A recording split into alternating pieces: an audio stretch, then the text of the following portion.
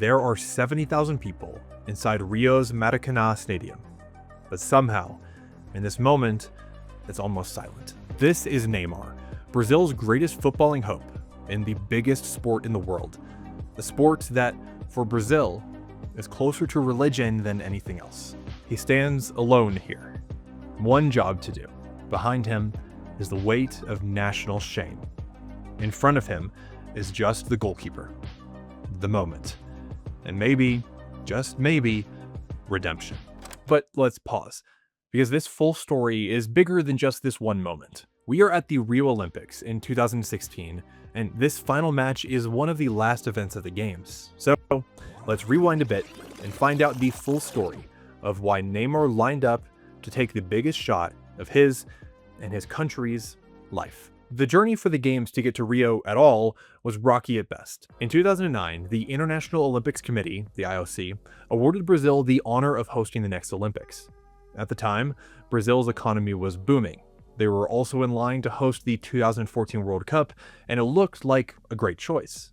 But fast forward 7 years to the beginning of 2016, and the choice for Rio seems less apt. Brazil's economy had taken a sharp nosedive.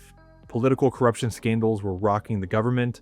There were significant cost overruns, resulting in the city having difficulty finishing construction of much of the required infrastructure. Ahead of the Games, Rio's waterways were heavily polluted, prompting international health warnings. An outbreak of the Zika virus in Brazil in early 2016 resulted in much concern about the safety of the millions of visitors that would be descending upon the country. And on top of all of this, Russian athletes across multiple sports faced bans due to doping scandals. All this said, the lead up to the Rio Olympics was filled with negative press, raising fears that the world's biggest sporting event could be a disaster. As we know now, it wasn't. There were no confirmed cases of the Zika virus in any of the athletes or visitors. The Brazilian government treated over 60% of the sewage in the bay. And, despite the infrastructural challenges, the Games started on schedule. Then, despite having 10% of the budget of previous ones, the opening ceremony went off without a hitch, as a bold and beautiful celebration of Brazil and the global spectacle of the Olympic Games. While the largest cheer of the ceremony was reserved for the inaugural refugee Olympic team, see my last video for more context on that, as the host team walked into the Maracana, the stadium roared, welcoming the beaming Brazilian athletes into their home stadium to officially kick off the 2016 Games. It's common for the Olympics team of the host nation to outperform their typical Olympics performance, racking in significantly more medals at the Olympics that they host. Call it being willed to greatness by the home fans, call it good luck. Most likely, it's a simple numbers game, as the host team automatically qualifies for a lot of the events. Either way, host teams do well their host years, and this Olympics was no different. It took just one day for them to be awarded their first medal, as Felipe Wu finished on the podium in the men's 10-meter air pistol, the first medal in any shooting sport for the nation since World War II. Just a day later, and judoka Rafaela Silva earned gold in the women's 56 kilograms judo event. To follow up her gold, the next medal for Brazil was bronze in the men's 100 kilograms and up judo event, won by Rafael Silva. No relation. With home soil momentum building, the wins kept piling up for Brazil. A gold medal for Robson Conceição, a boxer who had learned the sport as a young child and walked 9 kilometers every day to train since he didn't have the money for bus tickets. A new Olympic record in pole vault from Thiago Braz da Silva, who soared past a reigning world champion in front of a raucous home crowd. Next is volleyball. The famous Brazilian shores, including the Copacabana beach, more commonly known for samba and sunshine, have also raised generations of volleyball greats, including many of their 2016 Olympic teams. At Rio, Brazil captured silver in women's beach, gold in men's beach, and then a triumphant, energetic men's indoor volleyball gold, spurred on by a crowd who packed into that finals arena way past safe capacity to watch the Brazil men's team, many of whom would be retiring after the Games, beat the Italy squad in straight sets. But all of these wins and medals, as individually tremendous as they were dulled, as the shadow of something bigger remained over the country of Brazil and its sporting achievement. Of course, Brazilians were proud and happy to succeed in these other sports, but in Brazil, there is one sport that sits above the rest: and that sport is football. To say football is central to Brazilian life and Brazilian culture is to say too little. It is language. It is ritual. It is inheritance. From the streets of Salvador to the favelas of Rio, many children learn to juggle a ball before they learn to write their name. Football is the intimate heartbeat of the country. Additionally, the story of the sport of football cannot be told without Brazil. Footballing legends like Romario, Ronaldo, Roberto Carlos, and of course Marta and Pelé all hail from the South American country. The FIFA World Cup trophy, the pinnacle of the sport, has been captured on 5 different occasions by Brazil, the most of any country. Football and Brazil are completely intertwined. For Brazil, the sport is joy, it is escape, and it is identity. This is what made the 2014 defeat so cruel. 2 years prior, Brazil, and exactly similarly, Rio, had the honor of hosting the FIFA World Cup, and it seemed a perfect fit. The vibrant and football-obsessed country of Brazil hosting the biggest tournament in the biggest sport in the world. The tournament was going great. Brazil was tearing through their side of the bracket, and next in their path was Germany. No one thought this would be a simple task for the men in yellow and green. Historically, Germany is also one of the most successful nations in football history, winning the World Cup on 3 occasions. And most pertinently, they had built a rock-solid buzzsaw of a squad to compete at the 2014 World Cup. Moreover, Brazil was going into the semifinal with a handicap, as star winger Neymar sat on the sidelines due to injury. But come on, this was going to be 11 Germans up against 70,000 Brazilians. Some predicted a hard-fought battle, but no one predicted what would happen next. A decade later, Brazilians still remember the match as a wound, so haunted that the game has earned its own title, The Agony of Mineirão. Within just 29 minutes of game time, Germany were leading Brazil 5-0. The score further ballooned to 7-0. A goal in the final minute for Brazil was zero consolation. They were utterly, completely thrashed. This was the worst loss in Brazil's entire history at the World Cup. Previously, the worst they'd suffered was by 3 goals. This doubled that, and it happened on home soil in the semifinals. As the full-time whistle blew, Brazilian players were inconsolable. German fans had to be escorted out of the stadium for fear of their safety. Buses were burned in the streets of Sao Paulo. Newspapers declared the game the biggest shame in history and a national humiliation. Brazil's coach called it the worst day of his life and then resigned from the team. Germany would go on to win the 2014 World Cup, while Brazil would lose the 3rd-place match, easily beaten 3-0 by the Netherlands, leaving the nation, who cared about football more than life, to just wait for their scars to fade. Brazil's next chance to compete on a major international footballing stage would be again on home turf at the 2016 Rio Olympics. This wasn't to be a full-strength Brazilian squad, as the Olympic rules require the team to be 23 years of age or younger, with the exception of 3 players who could be over 23. Brazil has never lacked young football starlets, so this requirement would be less of a penalty for them than it would be for other countries. But the important decision of who was to be the designated 3 overage players still remained. They called up midfielder Renato Augusto, veteran goalkeeper Fernando Praz, and of course, Neymar. Neymar was more than just a top-level competitor. He was Brazil's sporting icon. Born in Sao Paulo, Neymar began his career in the Brazilian league with Santos, and instantly, it was clear he was special. The history of Brazilian football is littered with one-named, fantastically talented players who honed their craft in the streets and fields of Brazil, but Neymar was a step above. As a young teenager, he was already supporting his family with his football wages. By 17, he was signing sponsorship deals. By 19, he had led Santos to the title and had been awarded the best goal of the year. This was Santos' first win in the competition since Pelé's time with the club in the 60s. In 2012, he was crowned the best player in the continent of South America. In 2013, he transferred to FC Barcelona, one of the top clubs in the world, for a fee of 86 million euros. Neymar quickly adapted to the elevated requirements of European football. within a year of the transfer, he was named the 5th best player in the world. In 2015, he helped Barcelona win the treble, the Spanish League, Spanish Cup, and Champions League, and was named the 3rd best player in the world behind Cristiano Ronaldo and Lionel Messi.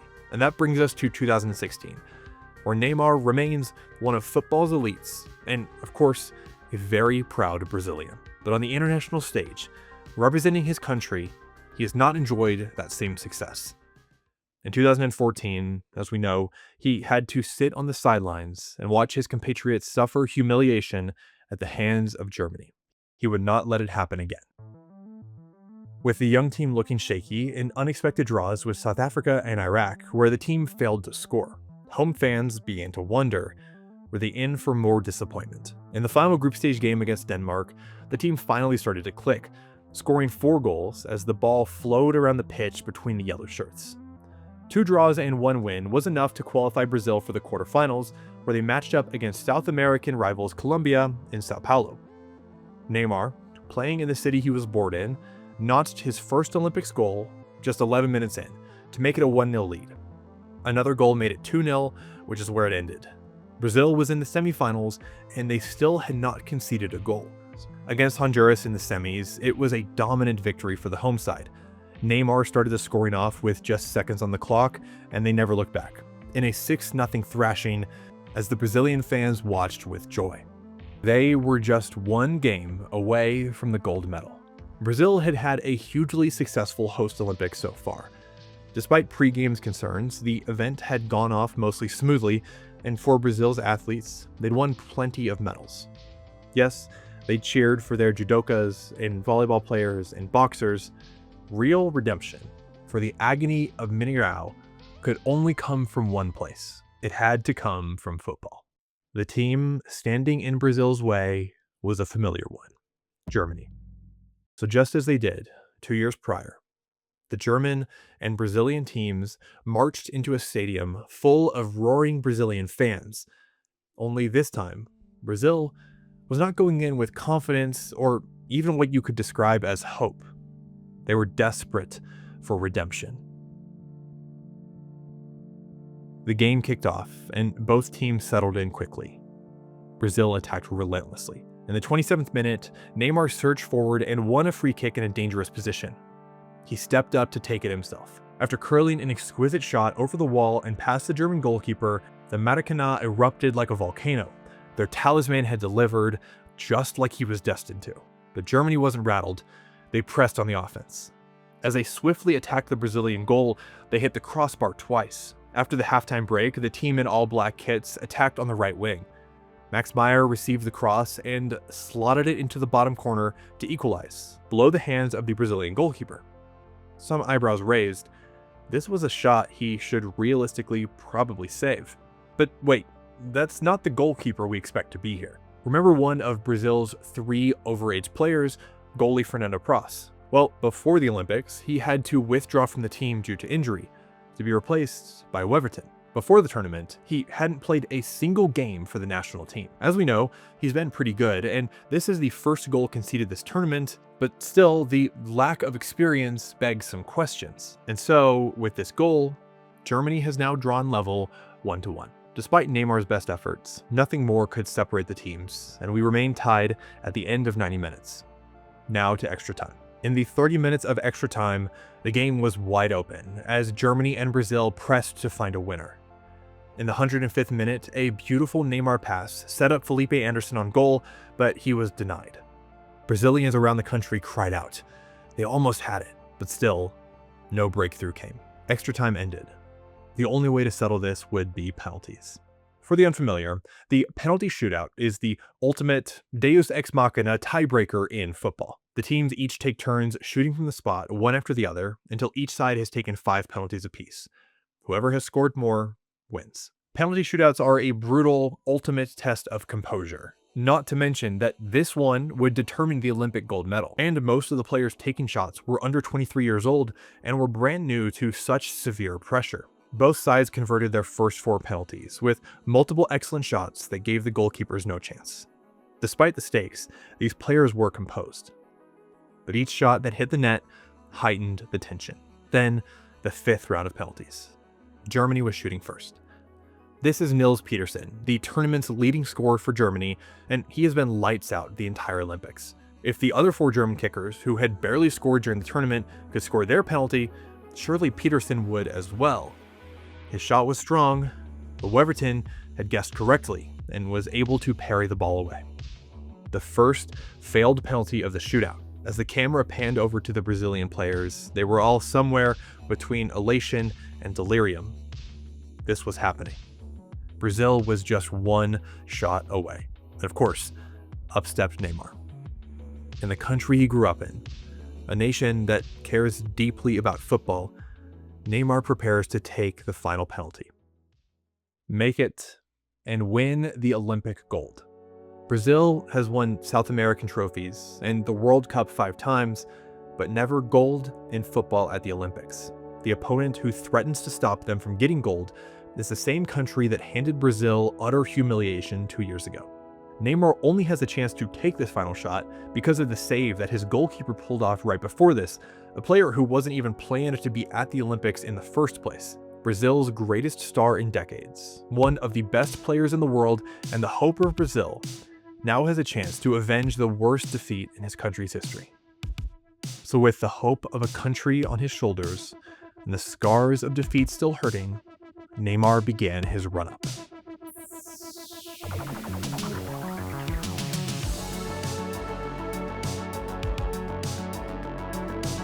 Neymar and his teammates were completely overcome.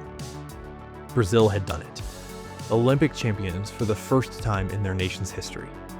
And this was more than just an athletic triumph. The weight of World Cup humiliation hadn't disappeared, but for the first time since 2014, it no longer defined Brazilian football and the country of Brazil.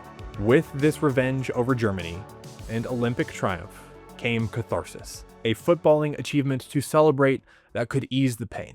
And at the center of it all was Neymar, the boy from Sao Paulo who had grown into the leader that Brazil desperately needed, scoring a goal and the game-sealing penalty to clinch Olympic gold. In doing so, Brazil was redeemed.